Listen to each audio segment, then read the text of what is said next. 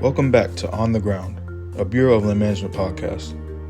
I'm Mitchell Leverett, and this week we're continuing our conversation with Nick Howell, Eric Solomon, and Piper Brandt, some BLM employees who work to prevent and fight wildfires.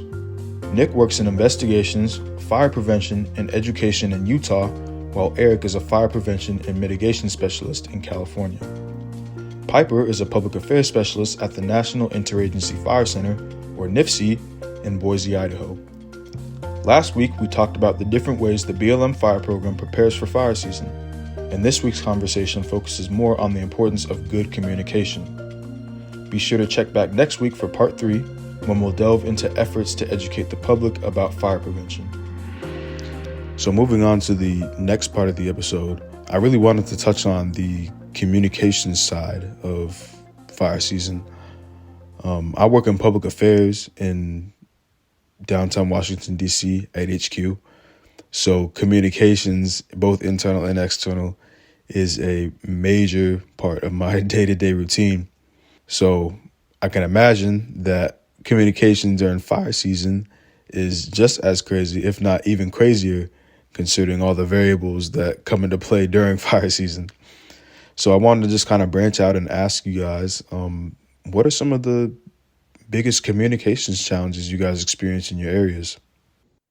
Yeah, I feel like we communicate really well in the field, especially on wildfire incidents. I guess, some of the biggest communication challenges that we might face in the field, because we have a huge cooperator, interagency relationships to make all of these programs mesh well and make sure that we are communicating effectively. If there was a challenge, it's probably the electronic side of communicating with our cooperators. We're always trying to find new ways, new platforms to share information with them and, make sure that we can, share pertinent reports and data with our interagency partners. That's really critical to being successful.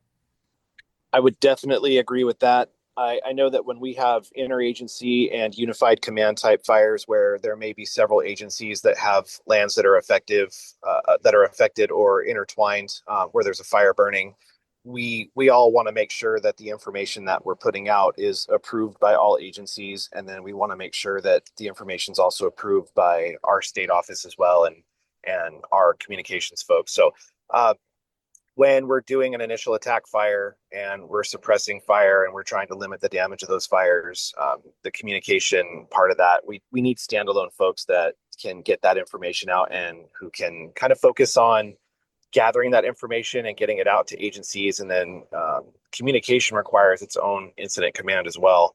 So to find that flow and to work well with those agencies, I think is something that we strive for early on in fire season so that we can get all of that worked out so that when we do have fires, everything is kind of in place and everybody knows what their role is.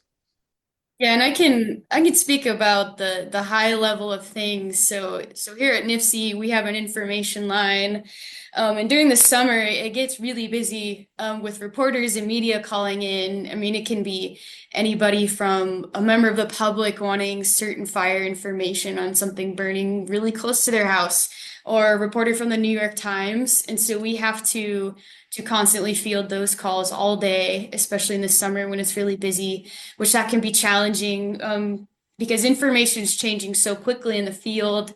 And we have to be knowledgeable about so many different aspects of fires across the country.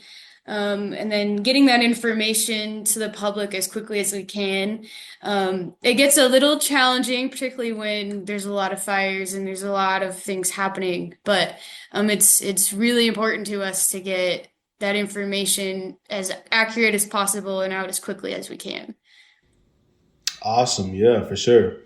I'm going to stick with you, Piper. What are some common misconceptions that the public has about wildfires or even land or personnel management? Yeah, I think the public they seem to be surprised about all the things that can start wildfires. I mean, it can be something as small as like flicking a cigarette butt out of your window into a patch of dry grass, and that can start a huge wildfire. And again, I'll say it's really important to make sure that your campfires are completely dead out before you leave them. Like even if you think it's completely out, it's down to coals and a wind gust can come through and then make it blow up again. So things like that, making sure that people understand all the different causes of fires that they may not think like, oh, I'm not capable of that. Won't be me, it'll be somebody else. But like just being conscious of little things like that. And another challenge we face is kind of communicating the like how we dispatch resources and how we manage resources, particularly in the summer when we're up to preparedness level 5, which is the highest it goes. When we have a lot of places with fires to and only so many resources to be available to send. And kind of explaining that piece, like we prioritize which areas need more resources than others. That gets challenging. Yeah, for sure.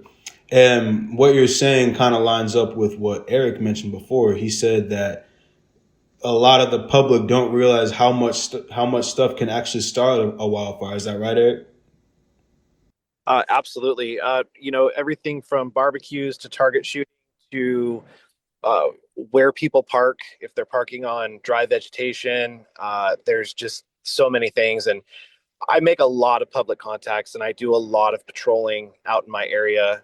I work in a pretty desert-like area where there's a lot of primitive and rural camping.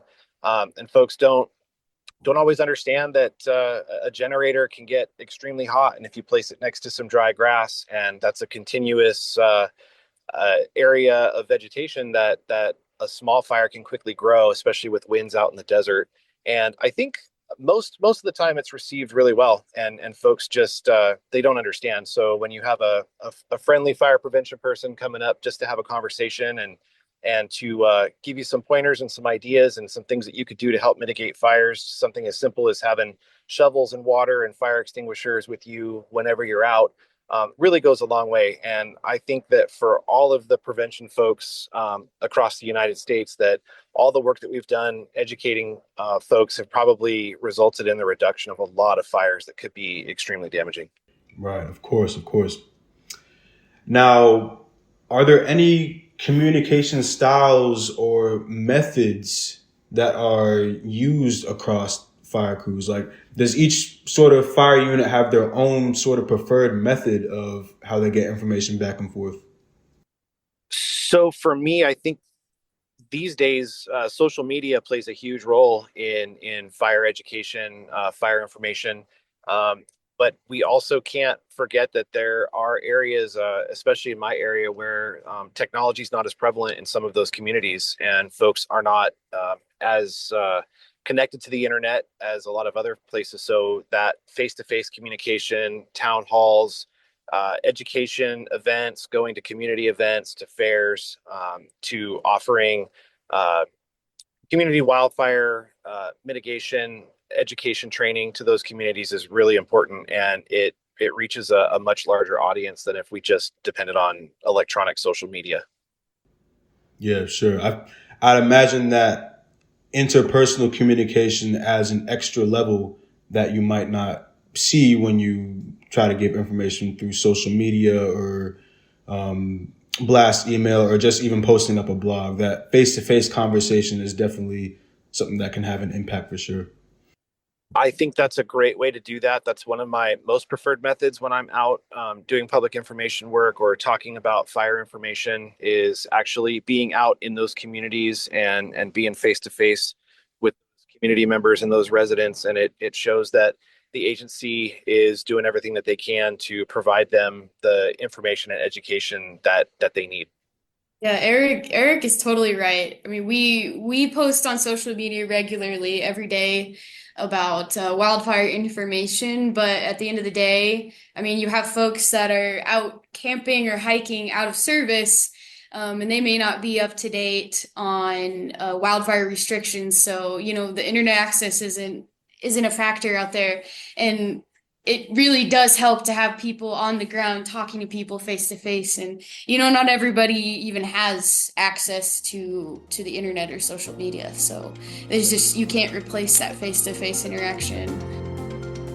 Thanks for listening to part 2 of this On the Ground podcast about the BLM fire program. Please come back next week when Nick, Eric, and Piper will talk about how they try to help people understand how they can prevent wildfires when they're out enjoying BLM lands. I'm Mitchell Leverett, and I hope to see you next week for On the Ground.